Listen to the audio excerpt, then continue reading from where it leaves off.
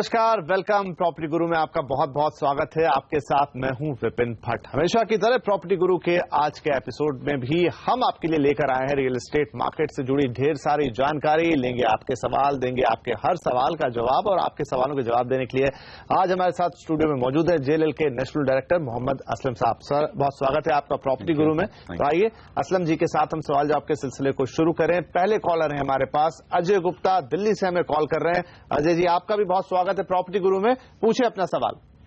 Thank you sir. Myself Ajay Gupta from Delhi ji.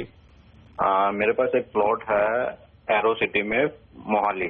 Okay. वो मैंने 300 गज का प्लॉट है। ये 12,000 रुपए गज के हिसाब से मैंने इसको खरीदा था। ओके। अभी मेरे को 25,000 रुपए गज का ऑफर है। ओके। तो मैं पूछना चाहूंगा कि इसको मैं अभी रखूं अपने पास या प्रॉपर्टी सेल करके दिल्ली NCR में कुछ। आपने बताया 35,000 रुपए का इसका ऑफर आपको मिल रहा है, राइट? 25,000। 25,000। देखिए, 12 में खरीदा 25,000, और वो भी मोहाली के मार्केट में अगर आपको रिटर्न मिल रहा है तो मुझे तो लगता है कि आपको जरूर इससे फायदा उठाना चाहिए। लेकिन मेरी सलाह नहीं, सलाम लेंगे असलम साहब से। सर, क्या करना चाहिए? नहीं, बिल्कुल, मैं बिल्कुल इसी आपने जो बोला है वही सलाह होगी आपके लिए कि आपको 12,000 का 25,000 मिल रहा है। और लिया कब है आपने? अगर मेरे ख्याल से 4-5 साल पहले लिया होगा। अजय जी। जी सर। हाँ, सर पूछ रहे हैं कि आपने लिया कब था? 2010 में। 2010 में। तो अब मेरे ख्याल से आपने पूरा जो एक रियल एस्टेट के रूल्स होते हैं उसके अकॉर्डिंग आपने बिल्कुल इसे फॉलो कर लिया है कि आपने 5-6 साल का होराइजन रख के रखा, और आपको देखिए रिटर्न्स भी अच्छे मिल गए। जो हम हमेशा कहते हैं कि आपको रिटर्न सभी अच्छे मिलेंगे जब आपका होराइजन ज्यादा बड़ा हो। देखिए, इसमें मोहाली में वैसे तो अभी काफी अच्छा है, लेकिन जैसा कि हम देख रहे हैं कि पूरा NCR और नॉर्थ बहुत इतना अच्छा नहीं चल रहा है रियल एस्टेट के मामले में। मोहाली में जबकि काफी अच्छी पॉजिटिव चीजें हो रही हैं। वहाँ पे SEZ अभी डिसाइड हुआ है क्वार्क सिटी करके 51 एकर्स, और कुछ 1700 एकर्स गवर्नमेंट ने अलॉट किया फॉर IT डेवलपमेंट के लिए। वो सब चलते हुए फ्यूचर लगता है अच्छा होगा। लेकिन मेरे को लगता है आपने अपना प्राइम अचीव कर लिया है, तो मेरी राय तो होगी कि यहाँ से थोड़ा बढ़ेगा, लेकिन आपको अच्छा अब मिल गया है। इससे पहले मार्केट कुछ और खराब हो, आपको उसे बेच के कुछ नए इन्वेस्टमेंट कर दीजिए। NCR में अगर आप देख रहे हैं दिल्ली वगैरह में, तो थोड़ा सा ड्यू डिलिजेंस कीजिएगा, और एडवाइस यही रहेगा कि रेडी प्रॉपर्टीज में जाइए या जहां पे सारे अप्रूवल्स आ गए हों, जो हम हमेशा कहते हैं। तो अगर वैसा है तो आप बिल्कुल इसको बेचिए और वहां पे करिए, क्योंकि यहाँ पे इस टाइम NCR में अच्छी अपॉर्चुनिटीज है खरीदने के लिए कि अच्छे रेट्स में अच्छे डेवलपर्स के काफी फ्लैट्स अवेलेबल है, इन्वेंट्री अवेलेबल है, आप चेक कर सकते हैं। चलिए, यहाँ से आगे बढ़ते हैं। शैलेंद्र सिंह साहब हैं मुंबई से अब हमारे साथ फोन लाइन पर। सिंह साहब, पूछिए अपना सवाल। जी नमस्कार। नमस्कार। मैंने कर्जत में किया था, जो अभी मुझे डिलीवर होने वाला है, जिसका एरिया है 1 BHK है, 620 स्क्वायर फीट। ओके। और जिसका रेट था 2700 रुपये पर स्क्वायर फीट। ये वहाँ के लोकल बिल्डर हैं, पाल गार्डन करके हैं। ओके। जो मैंने फरवरी 2015 में बुक किया था ये। ओके। अभी मुझे पोजीशन मिलने वाली है, तो मैं चाह रहा था कि एक तो मुझे वहाँ का ये पता लग जाए कि अभी क्या चल रहा है वहाँ, और प्रॉपर्टी में और मैं निवेश करना चाह रहा था। जी, तो ऑलरेडी आपको एक पोजीशन तो मिलने वाला है, पहले तो बताइए आपको इसकी बहुत बहुत। और दूसरा, आप चाहते हैं कि आप उसी जगह पे और निवेश करें? जी। ओके, एक और प्रॉपर्टी लेना चाहते हैं। चलिए, तो ठीक है सर, क्या करना चाहिए? ऑलरेडी एक प्रॉपर्टी इनके पास है कर्जत में, लेकिन इनका मन है कि एक और खरीद ली जाए। ऐसा करना चाहिए या रुकें, बचें? देखिए, पहली बात तो आपको बधाई कि आपको पोजीशन भी मिल रहा है कि आपने 2015 में लिया और 2016-17 में आपको मिल जा रहा है पोजीशन, तो वो काफी रेयर है। और ये बातें सुनने में अच्छा भी लगता है कि इससे जो बायर्स है उनका कॉन्फिडेंस बढ़ता है, और सिमिलरली आपका भी कॉन्फिडेंस काफी बूस्ट अप हुआ है, तभी आप एक और प्रॉपर्टी लेने के लिए तैयार हैं। तो यही सब चीजें हैं जो डेवलपर्स को समझना चाहिए, और उससे मार्केट को थोड़ा इसी तरह से फायदा मिलेगा, जो हम अभी बात कर रहे थे। तो रही बात आपके सवाल की, कर्जत, देखिए ओवरऑल कर्जत का भी फ्यूचर काफी अच्छा दिखता है, क्योंकि मुंबई में जैसे प्राइजेस बढ़े हैं, या थाने में, जैसे थाने, अगर हम थाने माइक्रो मार्केट की बात करें जो कर्जत के पास है, वहां काफी प्राइजेस बढ़ गए हैं। तो उसके चलते हुए ये कर्जत, अंबरनाथ और डोंबिवली, इन सब एरियाज को काफी फायदा हुआ है। उसमें कर्जत का भी नाम है। Karjat overall as it is एक बहुत ही ब्यूटीफुल जगह है, बहुत ही सुंदर जगह है, सीनिक है, हिल स्टेशन है वहाँ पे जो इंडस्ट्री है वो मास, ज्यादातर एजुकेशन की है, मास कम्युनिकेशन, एडवर्टाइजिंग वगैरह की, जो वहाँ की मोस्टली इकोनॉमी को दौड़ाती हैं। तो ओवरऑल जो मेन जो उसको फायदा होगा वो यही होगा कि जो पब्लिक, जो लोग नहीं खरीद पा रहे हैं थाने या दहीसर या बोरीवली वगैरह में, वो इन एरिया में जाएंगे और कर्जत में ले रहे हैं, और उसी तरह से बाय भी हो रहा है और इसी तरह से वहाँ का मार्केट भी इम्प्रूव हो रहा है। तो आपने जो 2700 में लिया तो डेफिनेटली उसका प्राइस अभी तो काफी अच्छा हो गया होगा, 3500 प्लस ही हुआ होगा। और आपको अगर नया प्रॉपर्टी लेने की बात है तो कर्जत में भी आप ले सकते हैं। मेरी राय है आपने कर्जत में ले लिया है तो दूसरे एरियाज एक्सप्लोर कीजिए, अंबरनाथ वगैरह में देख लीजिए, क्योंकि वहां पे भी काफी अच्छे प्रोजेक्ट आ रहे हैं। खरड़ी करके जो नया रेलवे स्टेशन अनाउंस हुआ है उसके पास भी काफी अच्छे प्रोजेक्ट हैं। तो रेलवे स्टेशन के आसपास जो आपको मिलते हैं अच्छे, तो आप वहां पे इन्वेस्ट कीजिए, तो उसके ऊपर भी आपको अच्छे रिटर्न्स मिलेंगे। आगे बढ़ेंगे। अब हमारे पास अगले कॉलर है अमरंज साहब, भागलपुर बिहार से हमें कॉल कर रहे हैं। अमरंज जी नमस्कार, बताएं अपना सवाल। नमस्कार जी। हाँ, मैं ये पूछ रहा था कि मैंने एक फ्लैट लिया है व्हाइटफील्ड बैंगलोर में। ओके। तो क्या प्रोस्पेक्ट रहेगा, वहाँ के दाम कितने बढ़ेंगे आज से 5 साल 10 साल बाद? क्योंकि एक फ्लैट मैं और खरीद रहा हूँ वहीं पे व्हाइटफील्ड में ही, उसी एरिया में। तो क्या बता सकते हैं कि वहाँ एक फ्लैट 2 फ्लैट खरीदना सही रहेगा या? तो आपसे पूछना चाहूंगा अमरंज जी कि आपने ऑलरेडी एक फ्लैट वहां पर लिया है और दूसरे फ्लैट को लेना चाहते हैं, तो कोई खास कारण है? नहीं, बैंगलोर में पहले जॉब कर रहा था। जी जी। अभी मैं भागलपुर शिफ्ट कर गया हूँ। ओके। तो वहाँ फ्लैट इन्वेस्टमेंट के तौर पे मैंने लिया था कि रेंट वहाँ ज्यादा मिलेगा, इसलिए मैंने लिया था वहाँ पे। तो अभी एक फ्लैट और मैं ले रहा हूँ, तो वो लेना ठीक रहेगा? चलिए, तो आप प्योरली इन्वेस्ट करना चाहते हैं, फिलहाल आप बेंगलोर में रह नहीं रहे हैं, एक फ्लैट आपके पास है। अब ये लगभग वैसे ही जो कर्जत वाला सवाल अभी हमने लिया कि एक ऑलरेडी है, दूसरे में निवेश के लिहाज से देख रहे हैं, क्या सलाह देना चाहेंगे सर इन्हें? देखिए, आपने वहाँ काम किया है, आप भागलपुर में हैं और आपको मालूम है कि बैंगलोर एरिया कहाँ है। बिकॉज हम लोग हमेशा, मेरा ये मानना है पर्सनली कि आपको इन्वेस्ट वहाँ करना चाहिए जहाँ आप चीज मॉनिटर कर सकें अपनी।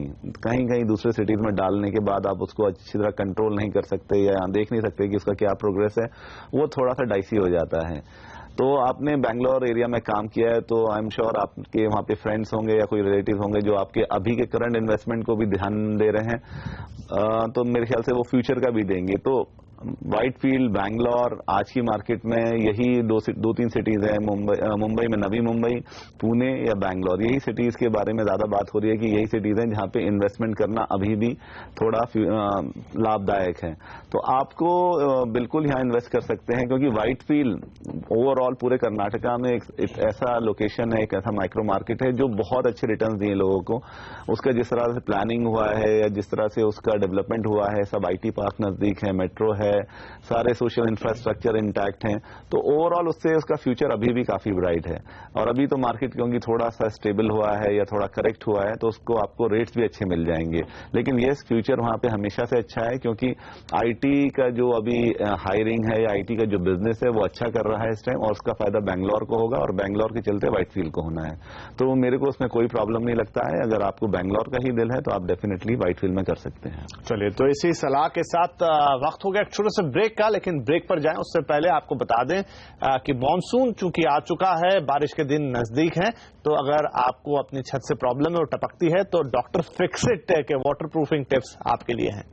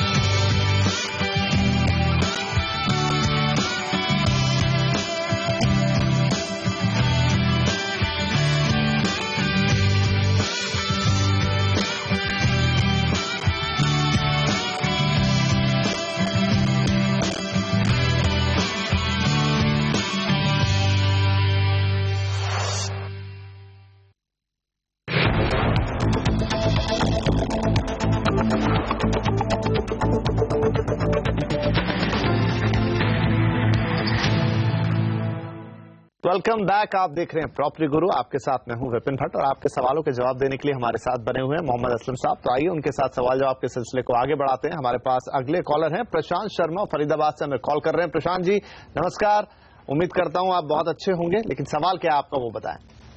Sir, good afternoon. My name is Prashant. Haan ji. Thanks for selecting my question. So I am regular viewer of CNBC, our property group. Thank you sir. Okay. So actually, I'm looking at property from investment point of view. So I have two options. One is Gulshan Botnia, sector 144. और एक मैं देख रहा हूँ Omax Sun. That is commercial hub in Greater Faridabad, Lampard area. Okay Okay. So जो गुलशन बोटनिया है इसका costing आता है 60 lakh rupees if I am selecting 2+1 and if I am selecting Omaxe sun commercial hub, तो उसमें ऑफिस स्पेस है 577 स्क्वायर फीट का। Okay and Omaxe is giving me 12% assured return. अच्छा, सो मैं क्या करूं? I am confuse. जी बिल्कुल, यहाँ पर कंफ्यूजन किसी को भी होगा, लेकिन सलाह लेते हैं असलम साहब से। सर ऐसे अशोर्ड रिटर्न वगैरह की बातें हम पहले भी सुनते आए, पर बहरहाल चलिए प्रोजेक्ट टू प्रोजेक्ट बेसिस पे अगर हम देखें तो इनको क्या करना चाहिए, क्या फैसला लेना चाहिए? देखिए, पहले मेरे इनसे 2-3 सवाल हैं। पहली बात, ये जो आपका रेसिडेंशियल प्रोजेक्ट आपने देखा है, ये लॉन्च हो गया है या अभी आप लॉन्च होने से पहले ले रहे हैं? नहीं, सॉफ्ट लॉन्च में है। दोनों सॉफ्ट लॉन्च में है सर। हाँ, वो मेरा प्रॉब्लम वहीं पर है। और दूसरा जो आपको एश्योर्ड रिटर्न की बात है ओमेक्स में, वो आपको पोजीशन के बाद है या पोजीशन से पहले वो अभी से स्टार्ट कर रहे हैं? नहीं, इनिशियल फ्रॉम स्टार्टिंग, मतलब जब बुकिंग, फ्रॉम द बुकिंग।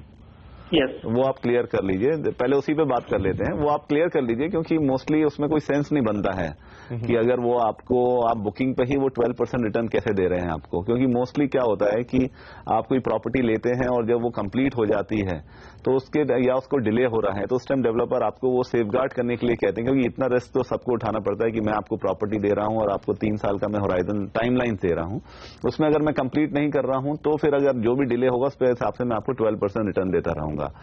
अगर वो आपको स्टार्टिंग में ही दे रहे हैं तो मुझे लगता है वो मुझे थोड़ा सा बहुत अनयूजुअल है, ऐसा नहीं होता है। तो इसके लिए तो आपको फिर देखना पड़ेगा, क्योंकि दोनों सॉफ्ट लॉन्च है। तो पहले इस पर ही बात करते हैं कि आप देखिए कि पूरे पेपर्स और उसके सारे अप्रूवल्स आ गए हैं या नहीं आ गए हैं, क्योंकि ये थोड़ा सा गड़बड़ वाली बात है। सिमिलरली आपका दूसरा जो क्वेश्चन है, फिर उसका लास्ट में कंक्लूड करेंगे। दूसरे क्वेश्चन में भी आपका मैं यही कहूंगा कि इस टाइम एनसीआर नोएडा में ओवरऑल काफी मार्केट अच्छा नहीं है और ज्यादातर डेवलपर्स, काफी वहां पे रेप्यूटेड डेवलपर्स भी हैं जिनके काफी अच्छे प्रोजेक्ट्स अवेलेबल हैं आज की डेट में। तो एक सॉफ्ट लॉन्च में जाना आज की डेट में मेरे को अच्छा नहीं, ठीक नहीं लगता है। और सॉफ्ट लॉन्च का मतलब होता है कि आपके अप्रूवल्स अभी नहीं आए हैं और आपको वो एक डिस्काउंट दे रहे हैं प्राइजेस में, लेकिन आपका रिस्क है कि अप्रूवल्स आते हैं या नहीं आते हैं। अभी थोड़े दिन में रेरा आ जाएगा और जब वो इम्प्लीमेंट हो जाएगा तो इस तरह के तो प्रोजेक्ट मार्केट में ही नहीं आ सकते, क्योंकि जब तक आपकी अप्रूवल नहीं है तो वो आपको अलाउड ही नहीं करेंगे बेचने के लिए। तो मेरा आपसे रिक्वेस्ट है कि आप दोनों में अच्छी तरह पहले देख लीजिए, इस तरह की बातों में मत जाइए कि 12% अश्योर्ड रिटर्न है, वो भी मुझे नहीं लग रहा है कि होना चाहिए, क्योंकि इसका मतलब है कि डेवलपर को खुद नहीं पता है कि अप्रूवल आएंगे या नहीं आएंगे, या टाइम पे आपको डिलीवरी देंगे या नहीं देंगे। इस तरह अगर कोई मुझे ऑफर देता है तो मुझे ये लगता है। तो मेरा आपसे यही कहना होगा कि आप दोनों में पहले अच्छी तरह देखिए कि उनके सारे अप्रूवल्स आ गए हैं, और नहीं आए हैं तो मेरा एडवाइस बिल्कुल क्लियर है कि नहीं करिएगा, क्योंकि अप्रूवल्स अगर नहीं है तो आपको इन्वेस्ट नहीं करना चाहिए दोनों में। आगे बढ़ते हैं। एक ईमेल है हमारे पास, ये भेजा है मनीष साहब ने मुंबई से, और ये पूछना चाहते हैं कि 1 करोड़ का बजट है और प्रॉपर्टी में इन्हें निवेश करना है। अब जो एरिया वो देख रहे हैं, जो शहर वो देख रहे हैं, वो है ग्रेटर नोएडा, तलोजा, अब बात करें नवी मुंबई की, और बेंगलुरु। इन तीनों में, अब चूंकि हमारे साथ फोन लाइन पर नहीं है इसलिए हम कारण नहीं पूछ सकते कि ये 3 अलग अलग क्यों, लेकिन फिर भी ये 3 अलग अलग जगह है जहां वो देख रहे हैं और 3 साल का नजरिया है इनका, और ये निवेश करना चाहते हैं प्योरली। सर क्या सलाह देना चाहेंगे हमें? देखिए, मेरे ख्याल से अगर इन तीनों ही में माइक्रो मार्केट की बात कर रहे हैं तो बैंगलोर, इसमें विदाउट डाउट बैंगलोर का ही ऑप्शन आता है, क्योंकि बैंगलोर में ओवरऑल, जैसे हमने थोड़ी देर पहले ही बोला है कि बैंगलोर और पुणे आज की मार्केट में 2 ऐसी सिटीज हैं जिनके लिए बोला जा रहा है कि वहां पे अभी भी आप इन्वेस्ट कर सकते हैं और सेफ है, वहां पे अभी भी मार्केट इतना बुरा नहीं है, मैं ये नहीं कहूँगा बहुत अच्छा है, लेकिन हाँ वहाँ पे स्टेबल है मार्केट, और वहाँ का जब मार्केट इंप्रूव होगा तो यही सिटीज में सबसे पहले जो तेजी आएगी वो इधर ही आएगी। तो वो चलते हुए, और आपका 1 करोड़ के बजट में दोनों सिटीज में आपको अवेलेबिलिटी भी मिल जाएगा और आपको अच्छा इन्वेस्टमेंट के लिए भी मिल जाएगा, जिसका फ्यूचर अच्छा रहेगा। तो बैंगलोर के बारे में हम सब जानते हैं कि सिलिकॉन सिटी है इंडिया का, सिलिकॉन वैली है इंडिया की, और उसमें सारे मेजर आईटी कंपनीज वहाँ काम कर रहे हैं, और उस तरह से डिमांड फॉर हाउस वहाँ पे काफी अच्छा रहता है। मार्केट थोड़ा खराब था, रेट्स काफी बढ़ गए थे, तो थोड़ा अभी ओवरऑल सेंटीमेंट्स बैड है, मैं सिर्फ यही बोलूंगा। अदरवाइज वहाँ पे अच्छे बजट में अच्छे डेवलपर्स के और अच्छे प्रोजेक्ट्स अवेलेबल हैं।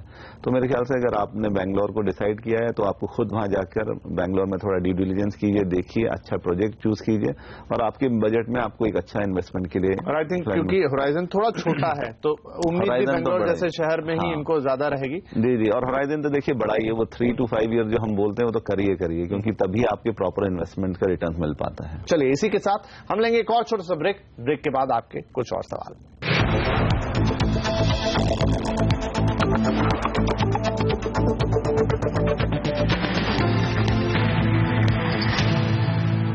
वेलकम बैक, प्रॉपर्टी गुरु जारी है, आपके साथ मैं हूं विपिन, और असलम साहब हमारे साथ बने हुए हैं आपके सवालों के जवाब देने के लिए। और अब आ गए फोन लाइन पर अमित मलिक साहब दिल्ली से हमें कॉल कर रहे हैं। अमित जी, क्या होगा आपका सवाल?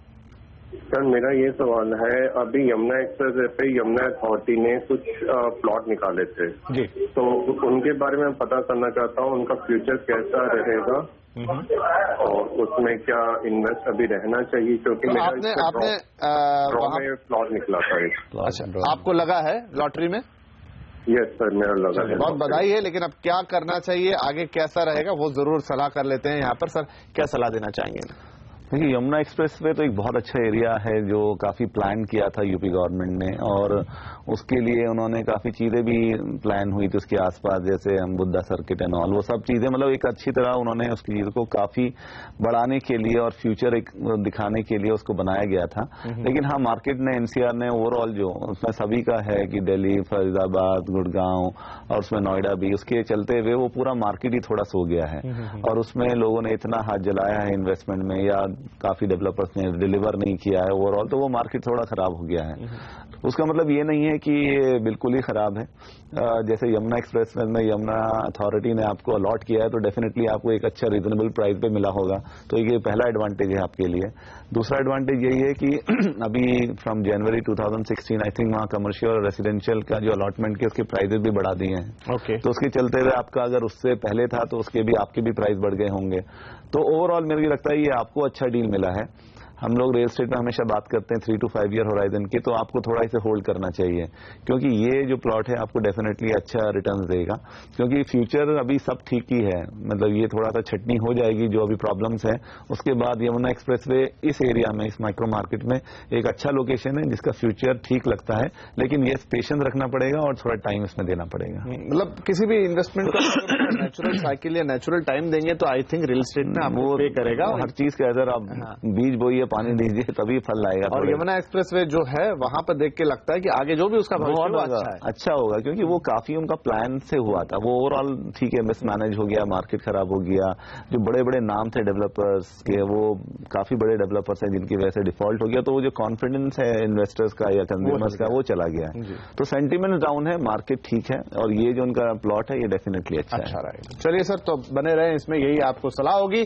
आगे की ईमेल है हमारे पास तरुण साहब का जमशेदपुर से, उन्होंने भेजा, पूछना चाहते हैं कि साइबर सिटी हैदराबाद में रेनबो विस्टा एक प्रोजेक्ट है जिसमें उन्होंने निवेश किया है, 4200 के भाव पर एक 3 BHK फ्लैट उन्होंने लिया है या बुक कराया है, 2017 तक पोजीशन मिलेगा, तो प्योरली निवेश किया है उन्होंने। इस निवेश से वो कितने रिटर्न की उम्मीद कर सकते हैं और मिलने के बाद वो कब तक बने रहें ताकि उन्हें एक अच्छा रिटर्न मिले? देखिए, जो उन्होंने बताया है location cyber city, hitech city का, वो काफी अच्छा लोकेशन है, और हैदराबाद अभी वापस असेंडिंग कर्व पे है। अगर हम बात करें कि इस मार्केट में अभी भी हम बैंगलोर और पुणे जैसी सिटीज की बात करते हैं, लेकिन हैदराबाद एक ऐसा है जो पीछे तो चुपचाप काफी ऊपर जा रहा है, क्योंकि उसमें जो हमने प्रॉब्लम देखी थी पिछले 4-5 साल में वो सारी सॉर्ट आउट हो गई हैं अभी। सो अभी वहाँ पे जो हमेशा से एक IT सिटी रहा है वो, सो वहाँ पे वापस इन्वेस्टर्स का प्लस बहुत बड़ी IT फर्म्स का इंटरेस्ट वापस ऊपर शुरू हो गया है। और ये जो लोकेशन है ये काफी हाईटेक सिटी है, तो काफी अच्छी तरह लोकेटेड है। तो ये जो प्लान हुआ हुआ, ये जो प्रोजेक्ट है, ये पुराना प्लान हुआ हुआ है, उन्होंने बनाया दिया, अभी इन्होंने लिया है, तो इसका फ्यूचर काफी अच्छा है, क्योंकि इसका जो माइक्रो मार्केट है और जो कनेक्टिविटी अदर एरिया से हैदराबाद की, वो काफी अच्छा है। जुबली हिल्स काफी पास है, जुबली हिल्स में अगर आप प्राइस देखेंगे तो काफी आगे है और इसका प्राइस बहुत कम है, तो वो सारा इफेक्ट इधर आएगा। तो ये अल्टीमेटली ये मार्केट ऐसा बन जाएगा कि जिसमें अगर इनका इन्वेस्टमेंट है तो इनको होल्ड करना चाहिए। आप कम से कम 3 साल तो रोकिए। आपने ये नहीं बताया कि कितने साल से इन्होंने रखा है। 2017 में पोजीशन मिलेगा इनको, तो दैट मीन 3-4 साल पुराना होगा इन्होंने, क्योंकि अभी जो मार्केट स्लो हो गया था वहां पे थोड़ा कंस्ट्रक्शन भी कम हुआ था स्पेस में। तो 2017 से आप रखिए इसे, आपको डेफिनेटली काफी अच्छे रिटर्न्स आएंगे। अभी के हिसाब से जो हम लोग देख रहे हैं वो 5 to 8% ईयर ऑन ईयर है, और अगर आप उसे रेंटल्स पे भी देंगे तो 3 to 3.5 का अभी भी वहां पे चांस है कि वहां मिल सकता है। चलिए, इसी के साथ आज के प्रॉपर्टी गुरु को वक्त हो गया समाप्त करने का, लेकिन जाने से पहले बहुत शुक्रिया आप आए असलम जी, और आपने हमारे दर्शकों के सवालों के जवाब दिए। और आपसे हमेशा की तरह यही निवेदन कि आप भी अगर हमें कोई सवाल पूछना चाहते हैं तो आप pg@moneycontrol.com पर हमें भेज दीजिए अपने सवाल, थोड़ा डिटेल डाल दीजिए उसमें और अपना फोन नंबर दे दीजिए, हम आपसे दोबारा संपर्क कर लेंगे और आपका सवाल ले लिया जाएगा। तो चलिए, आज के एपिसोड में इतना ही, अगले हफ्ते फिर मुलाकात होगी और असलम साहब हमारे साथ होंगे। तब तक के लिए लेंगे आपसे इजाजत, नमस्कार।